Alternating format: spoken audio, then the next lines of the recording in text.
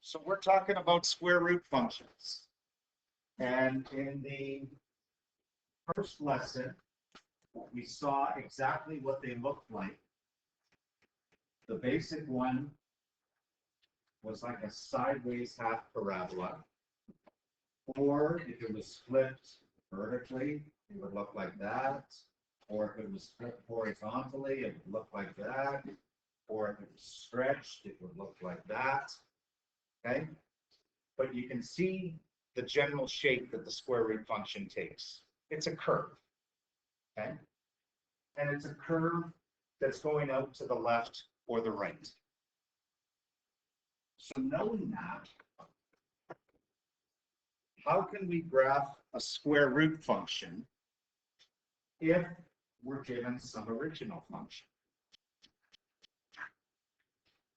So this is the line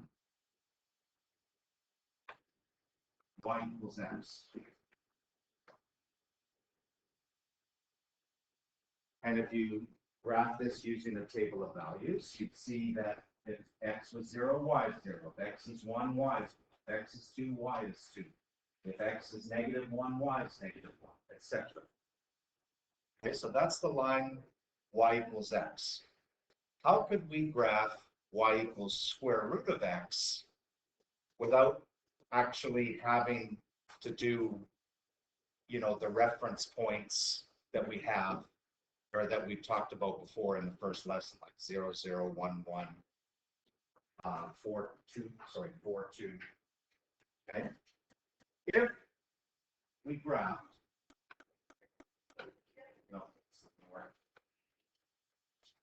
would you all agree that y equals the square root of x looks like this?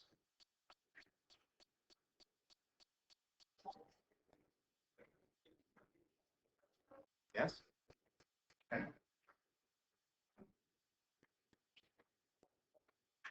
So here's y equals x, it's a line.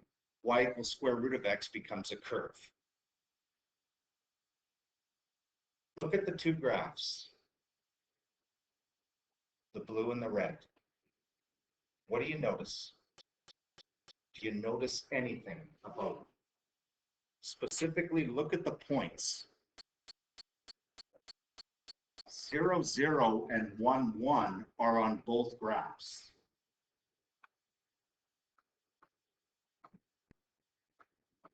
Zero, 0, 1, 1 are on both. And what do we call those points again? Invariant.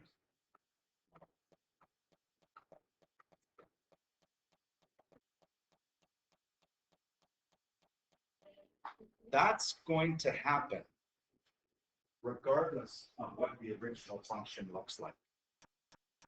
Okay? So I'm gonna jump ahead a little bit here. So I'm gonna do this a little bit differently. Let's look at this one.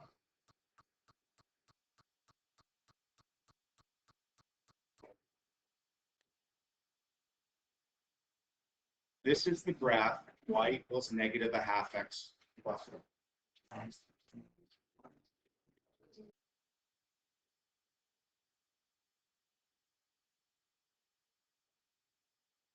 I want to graph y equals square root negative half x plus 1.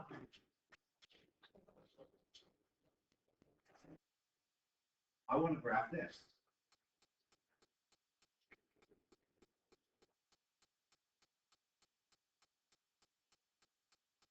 Now, normally, if we did this according to the first lesson, we'd have to do a horizontal flip. Okay, actually, we'd have to do some factoring first. We'd have to do a horizontal flip, a horizontal stretch, a horizontal shift, and it gets rather complicated. But if I know the graph without the square root, I can actually get the graph with the square root from this. So remember what I said here. The comparison between these two, 0, 0, and 1, 1 were the same. Okay?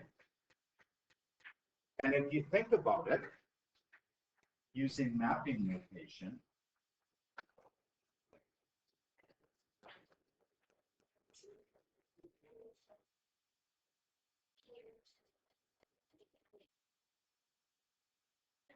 when we have some original function and we want to go to the square root, we just take the square root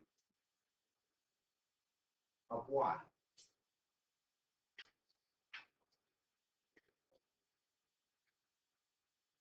That's what we're doing with square root functions using mapping notation. Just like, remember when we did absolute value, we absolute valued all the y's. So when we square root all the y's. So it starts to make sense why these appear on both graphs, because here in the red graph, y equals x, this y coordinate is 0, right? On the square root graph, I just take the square root of y, right? So what's the square root of 0? 0, so it still stays there. Here, 1, 1 on the original graph, well, on the square root graph, I just square root the y. And the square root of 1 is 1. That's why it's on both graphs. And it actually makes sense if you keep going, because look at these 2 points. What point is this on the original graph? 4, 4. What would it be on the square root graph? 4, 2, which it is.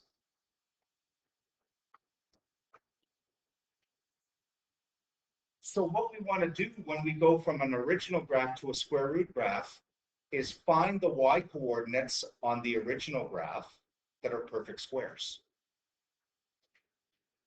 So if I go here, I want to locate the points, and actually all I need is 2. I want to locate the points on the red graph where y is 0 and y is 1. On the red graph, where is y equals 0? What point? -2, 0, this one. I know that's going to be on the square root graph because the square root of 0 is still 0. So -2, 0 on the original is going to be -2 square root 0 on the square root, which is the exact same point. Where on the red graph is what the y coordinate 1? -4, 1. Because on the original it's -4, 1. On the square root it's -4 square root 1, which is the same thing. And I could have gone to the y coordinate of 4 if I wanted to, but I don't have to. I've got enough to have a sketch. We know the shape, right? And we know this is the starting point. Well, this time, doesn't it make sense that it's curving that way? Just the way the points are listed? So it would look like this.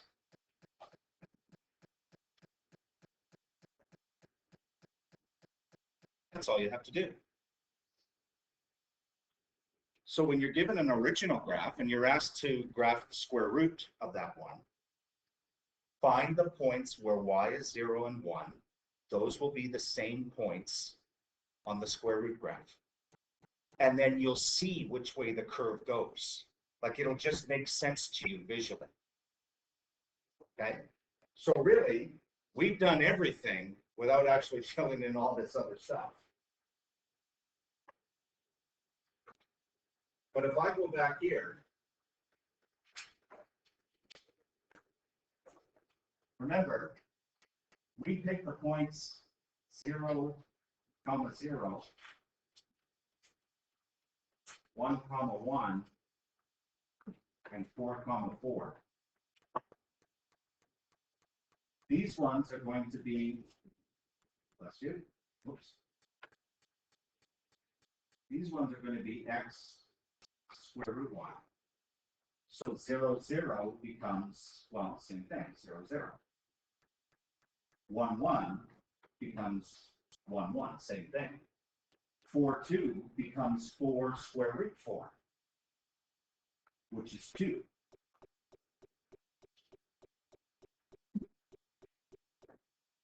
One other thing to notice, what if I pick this point on the original?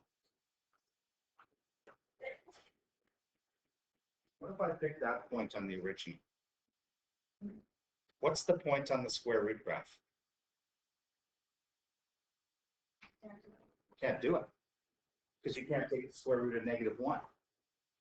So the point doesn't exist. Which makes sense with our graph, because if you look at the graph, the square root graph starts on the x-axis. It can't start below. It can't start in the y's when they're negative, because we can't take the square root of a negative. So it's always going to start here on the x-axis. Even though the original can go below, the square root can't go below the x-axis. And we saw that the invariant points, I'm just going to fill the rest of this in, were 0, 0, 1, 1.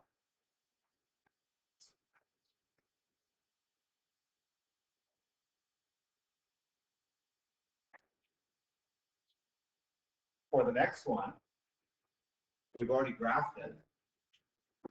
So what did we do? Well, we picked the points where y was 0 and y was 1. So we picked -2, 0 and -4, 1. And on the square root graph, it's going to be -2, square root 0, which is still 0, and -4, square root 1.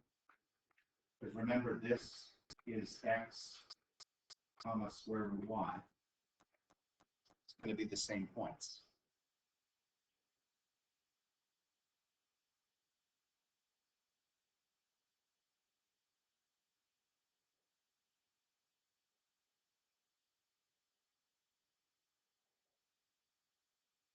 And the invariant points are going to be these: -2, 0,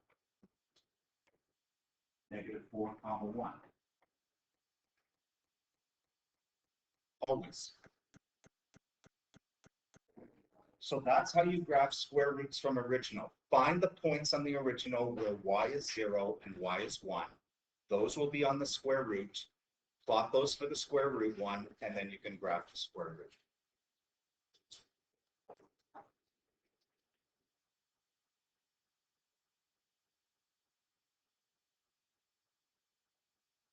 On the original function, this is on the previous page. This is on the previous page.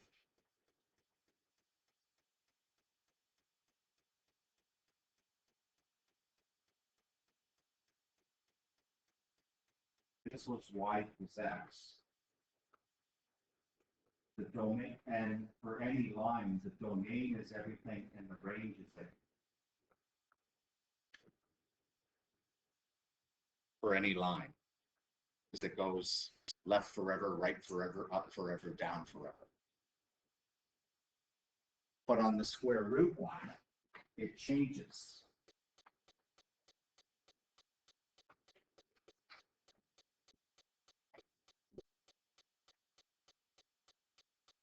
The domain, the furthest x value starts at 0 and it goes to infinity.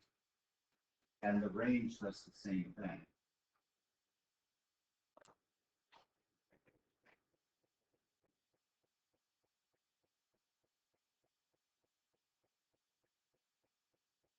So what happens when you square root a function and you square root a graph? All the negative y coordinates on the original disappear because you can't square root them. That's the explanation. All the negative y coordinates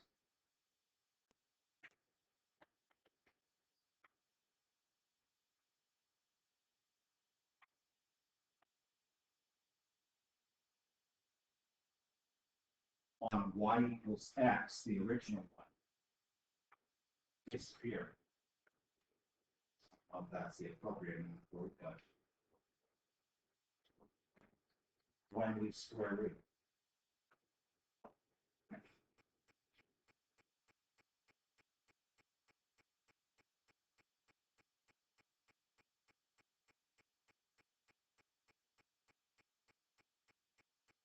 But really what I want you guys to get out of this is I give you a graph of an original function, you graph the square root one. That's the big thing. Okay, so we're just going to wrap up with a few examples. Everybody finished with this? So I'm actually, before I fill this in, this is the fancy math notation, let's do the rest of the examples.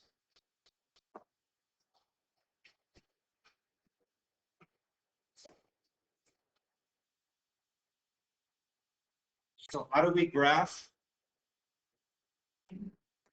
the square root function? First of all, we locate the points on the original function or on the original f of x.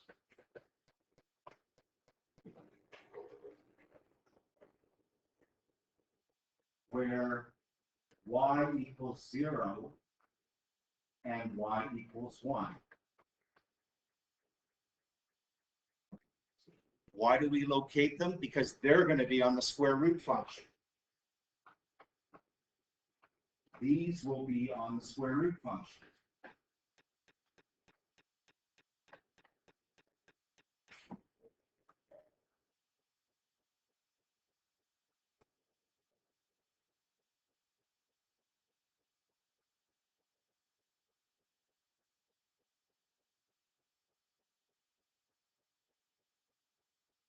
So tell me all the points on this parabola where y is 0 and y is 1. Negative 2, 0, and positive 2, 0. Now 1 is kind of hard to read, isn't it? Because it's a fraction for x. But you all see that y equals 1 would be here. Because that's where y is 1. And it would also be over here. So notice, we're going to have two curves. We're going to have a curve that goes like this, and we're going to have a curve that goes like this.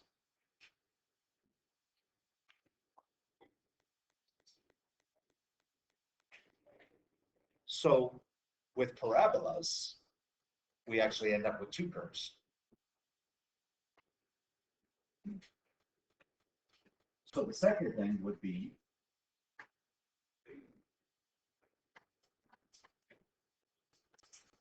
sketch the square root curves.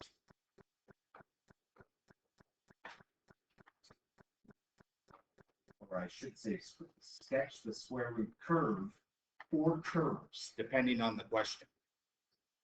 The previous two we did, there was only one square root curve. This one we did, there were two square root curves. Are we getting the idea? Any questions?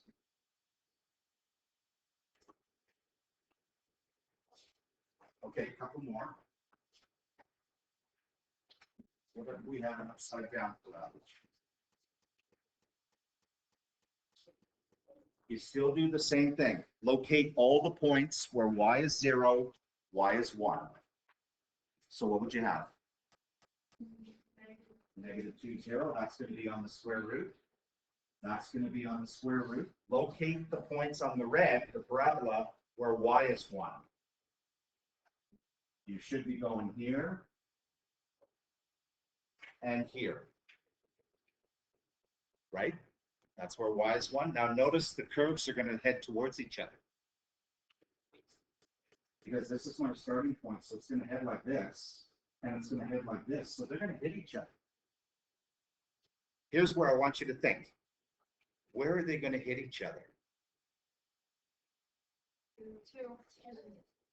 Here? Why? You're right, but why?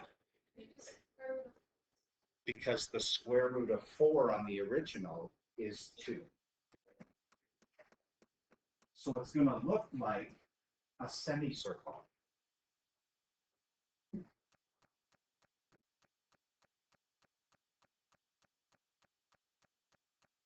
So you got to be careful with that one because you got to find the fifth point.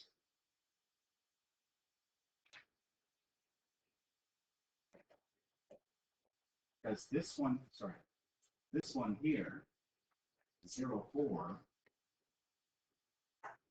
becomes 0 square root 4 or 0, 2.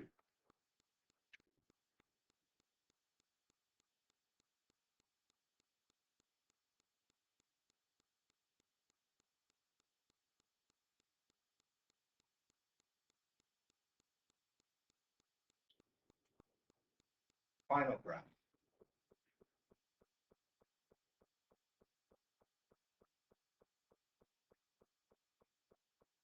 Actually, I want you to try. And if you want to work with somebody else, suppose I could get a volunteer.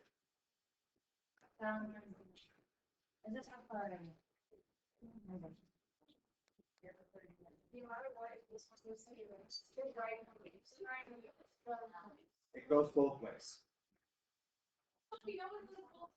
Oh, sorry. Oh, oh. Keep things sophisticated.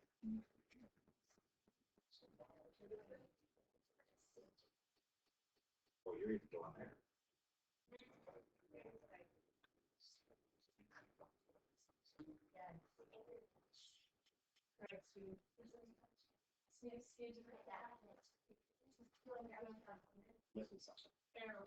Oh, 0.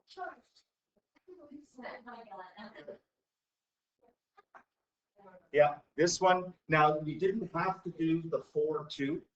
You don't have to do those ones, but if you do, it's still right. Okay. Now there's only, before we go back to that page, because we're going to talk about this, when we draw these curves, I'm just going to do a slight correction. Technically, and you got to show this, they're going to want you to show this.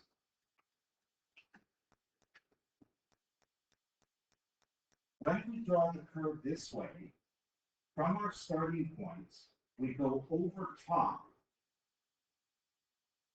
the original function, and then once we hit the second invariant point, we go underneath it.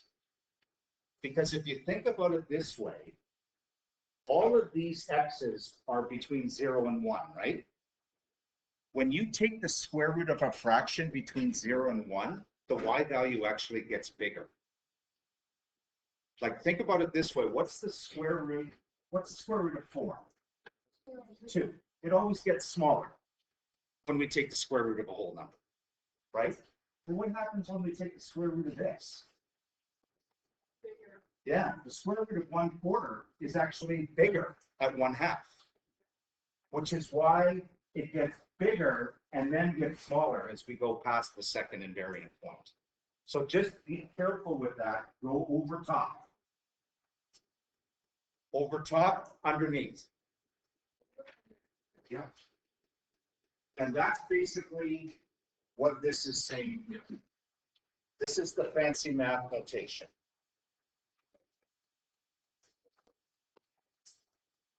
All this is saying is that when the y value, because remember f of x means the same as y, when the y value on the original is less than 0 on the square root function, it doesn't exist because we can't take the square root of the negative.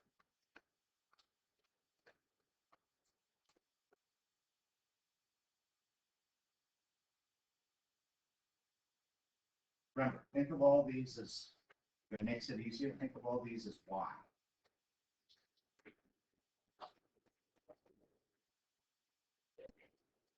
So that's why we never start below the x-axis. We always start on the x-axis. The first invariant point on the original is when y is 0. On the square root function, it's going to be the same thing.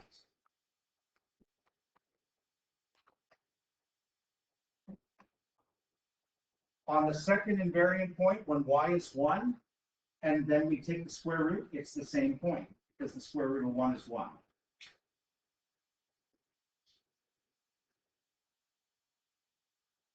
In between those 2 points, we go over the original.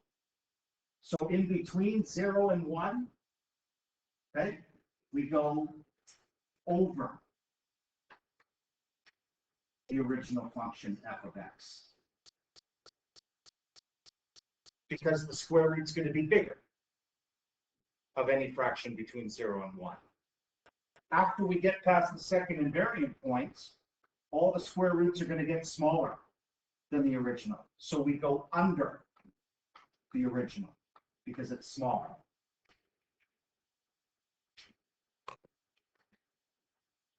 And that's basically it.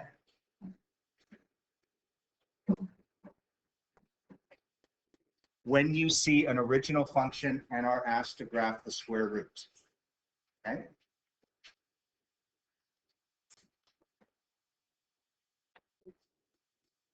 We're going to try